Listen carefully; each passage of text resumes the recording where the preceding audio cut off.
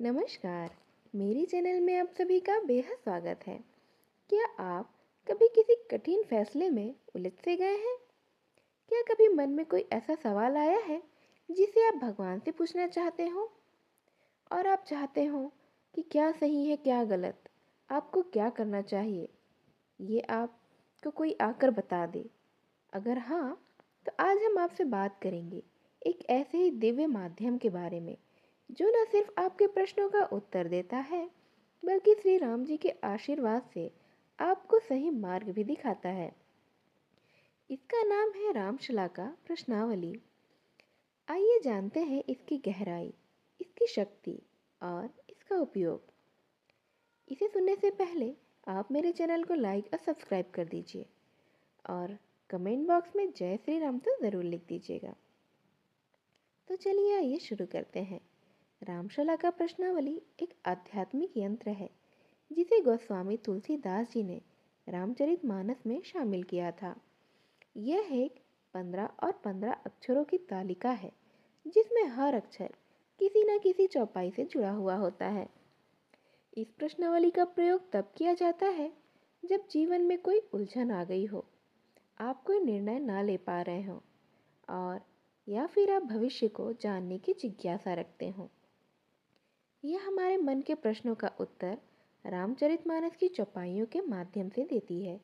ऐसा माना जाता है कि रामशला का कोई साधारण ज्योतिष विधि नहीं, बल्कि एक आध्यात्मिक संवाद है, भक्त और भगवान श्री राम के बीच का। तुलसीदास जी ने इसे केवल ज्ञान के लिए नहीं, बल्कि भक्तों को मार्गदर्शन देने के लिए रचा था।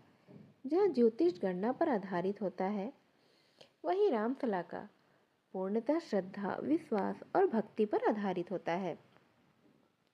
यह कोई चमत्कारिक मंत्र नहीं या तंत्र नहीं, बल्कि एक भक्ति पर आधारित साधन है जहाँ श्री राम स्वयं ही आपको संकेत देते हैं। रामशला का प्रश्नावली एक 15 और 15 के ग्रीड का होता है जिसमें कुल 225 अक्षर होते हैं जो रामचरितमानस की 72 चौपाइयों से जुड़े होते हैं। गृह में कोई विशेष क्रम नहीं होता, यह अक्षरों का एक रहस्यमय संयोजन है। आपको बस अपने प्रश्न को मन में दृढ़ करके बिना सोचे समझे एक अक्षर पर उंगली रखनी होती है, भगवान श्री राम का नाम लेते हुए। उस अक्षर से एक विशेष रेखा बनाई जाती है जिसे वाम, दक्षिण, उत्तर दक्षिण, तिरछी आदि उस पंक्ति की चौपाई को रामचरितमानस से ही लिया जाता है और वहीं आपका उत्तर होता है।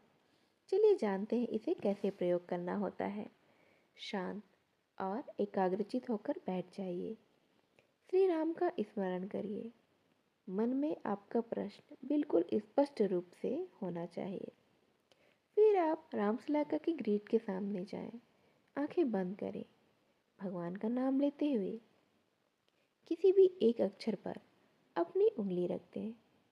अब उस अक्षर से एक सीधी रेखा बनाएं और इस अक्षर को छोड़कर गिनते जाइए और 90 अक्षर तक गिनती कीजिए और उस अक्षर को भी अब आप लिख लीजिए।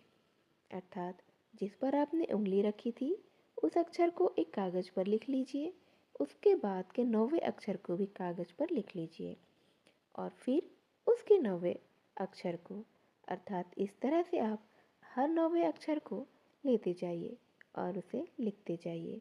इस तरह से इन अक्षरों की गिनती करके लिखने पर आपको एक चौपाई मिलेगी। अब उसे रामचरितमानस में खोजें और उसका अर्थ समझें। यह चौपाई ही है आपका उत्तर। अब आपको लगेगा कि इतने बड़े रामचरितमानस में आप वह चौपाई कैसे ढूंढेंगे, तो इसका भी उत्तर सामने ही है। रामशलाका में जब आप देखेंगे तो जहाँ पर रामशलाका है उसके ही नीचे पे चौपाइयाँ भी लिखी हुई हैं और उसके नीचे हिंदी में उसका अर्थ और उसका क्या संकेत है वह भी लिखा हुआ होता है। तो इस तरह से आपको उस चौपाई के द्वारा क्या संकेत मिल रहा है, क्या उत्तर मिल रहा है आपके प्रश्न का, यह आपको पता चल जाएगा। यह चौपाई ही आपका उत्तर होता है और श्री राम जी का संदेश होता है। उदाहरण के लिए मान लीजिए आपकी उंगली ना पर रखी और पंक्ति में चौपाई आई, जो मांगू हूँ सोई मिले, हर्ष करे रघुनाथ। इसका अर्थ है तुम जो भी मांगोगे श्री राम तुम्हें अवश्य देंगे। यह चौपाई एक सकारात्मक उत्तर है।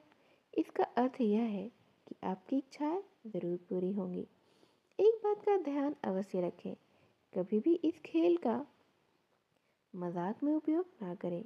प्रश्न करते समय मन स्थिर और भावनाएं सच्ची होनी चाहिए। अगर चौपाई समझ में ना आए तो किसी जानकार से भी आप अर्थ पूछ सकते हैं, लेकिन हमें लगता है कि संशय की स्थिति इसमें उत्पन्न नहीं होगी। बस आपको हर अक्षर को लिखकर पूरी चौपाई कंप्लीट करने तक इंतज़ार करना है। रामशला का आपको भविष्य बताने वाला यंत्र नहीं, बल्कि ईश्वर का मार्गदर्शन है। रामशलाका का प्रश्नावली सिर्फ एक उपाय नहीं, यह एक पुल है आपके और आपके भगवान राम के बीच। जब भी जीवन में कोई संकट हो, जब कोई निर्णय कठिन लगे, तो श्री राम जी का ध्यान करें और रामशलाका से उनका उत्तर पाएं, क्योंकि जो राम का हो गया उसका तो कल्याण निश्चित है। जय श्री राम। अगर आपको यह वीडियो पसंद आई हो तो लाइक और कमेंट ज़रूर करिएगा और मेरे चैनल को सब्सक्राइब तो ज़रूर ही कर दीजिएगा।